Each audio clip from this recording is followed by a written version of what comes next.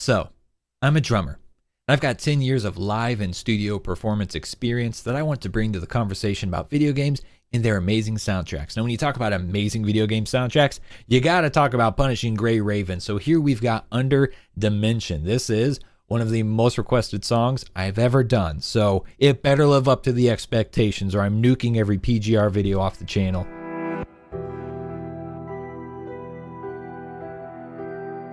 Gamers, it's already peak.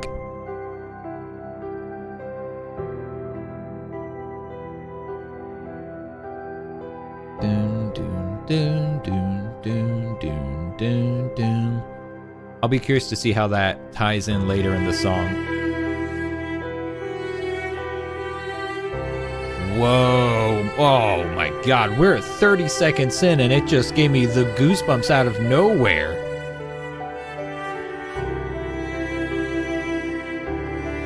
Whoa. Gamers, I got goosebumps on my ass cheeks right now.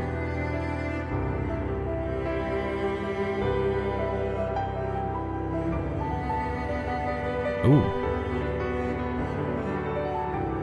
Dang. Pianist is working for that money.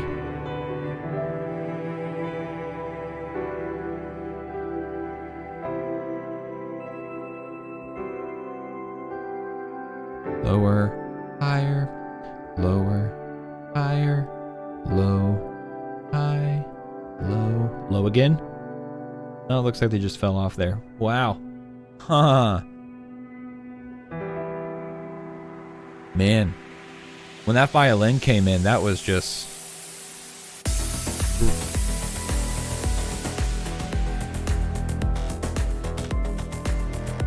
I was going to say it was brutal and beautiful, and then all of a sudden...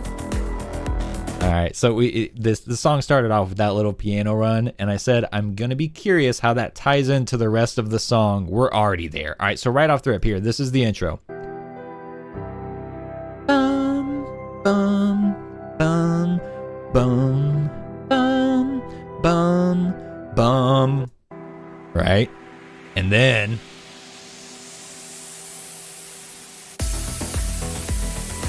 bum, bum, bum, bum, bum. There it is.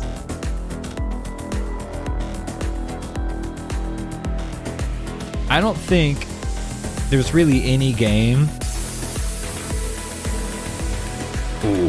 that does electric music better than PGR. That's my personal opinion. There are a lot of games that do it exceptionally well, but I really just think every time I listen to these songs, it's just... when you hear the way they implement electronic sounds and they blend it with traditional and classical instrumentation, and then the vocals as well. I would almost assume we're going to get those classic PGR vocals, that chanting in here somewhere with the choir. Maybe not.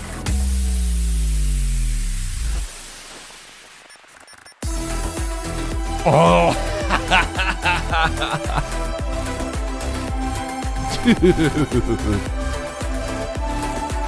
So that's that same piano melody. Now they've got it on full-blown aromatic synthesizer, and it's gorgeous. You hear the way that just carries out.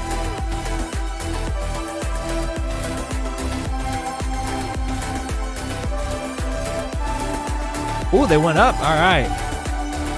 That is so cool. I love it when composers do that.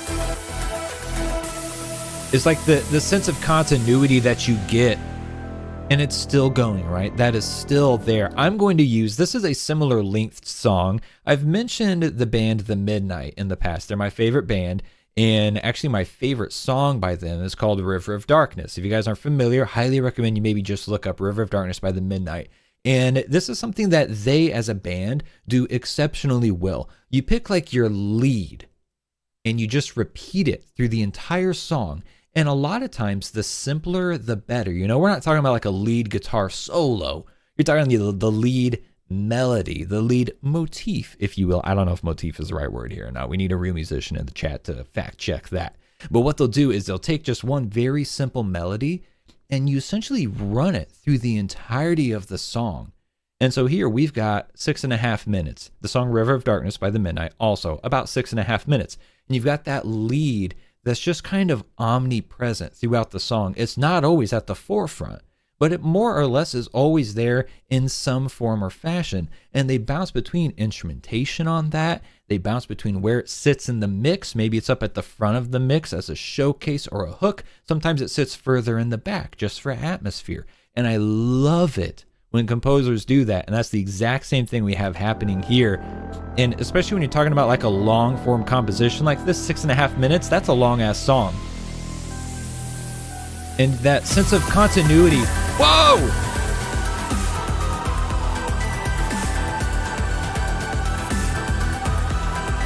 And so it's still happening. That same melody is still happening, but now rather than just having those single long drawn out notes, you've got bum bum bum bum bum bum bum bum bum bum bum bum bum. Oh, there's the vocals. All right, cool.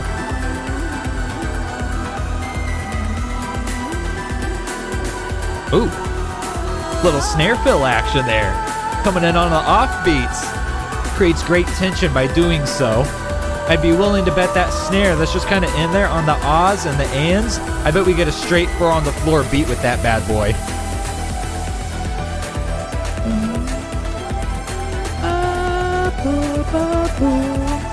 So cool. It's still going.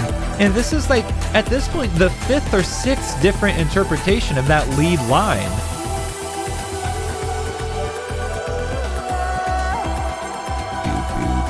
Cool bass line too, man. Coming in there with just the slight stutter.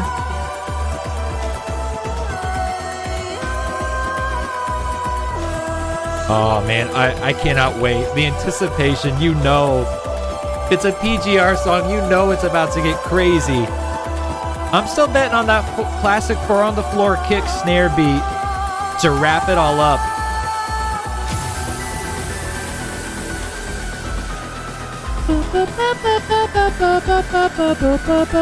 It's the same thing. Now they're just doing it in 8th notes, right?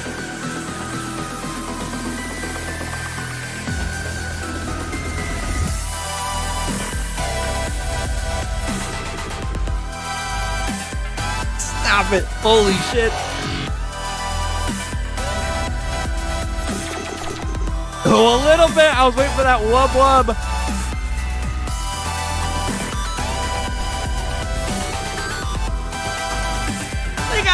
They got the lead line on the 8-bit synth. Come on.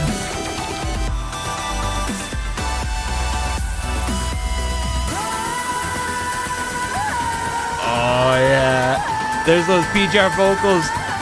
She's wailing. Shred it. Ooh, it's gritty. It got gritty there. What's next? There it is, the 4 on the floor. Oh my God. And you've still got that lead line. Oh God, this is so good.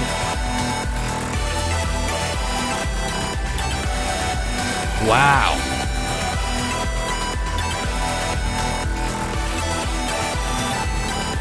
So good.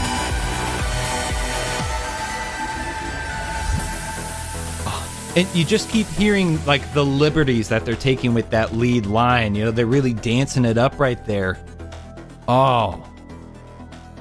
Bum, bum, bum. It's still there. It's omnipresent. Whoa. All right, gamers. That was quite the frickin' treat. Understand now why that was so highly requested. And I didn't know, you know, when you dive into these songs, especially for a game like PGR, for me, I'm not familiar with the game. I don't play the game personally. I don't keep up with it. I don't know the story. I have zero context. I listen to these songs and it is just music. And you never really know what you're getting into. I happened to stumble upon a song that practiced one of my favorite techniques, taking that line and just running it through the whole song. It is a simple ass melody that is not complicated in the slightest, but it doesn't have to be. It's beautiful and it's harrowing at the beginning of the song. You've got just the piano on its own. And most of the time, honestly, that line is performed beautifully. Like you have a lot of resonance to it. You've got a lot of reverberation, chorus.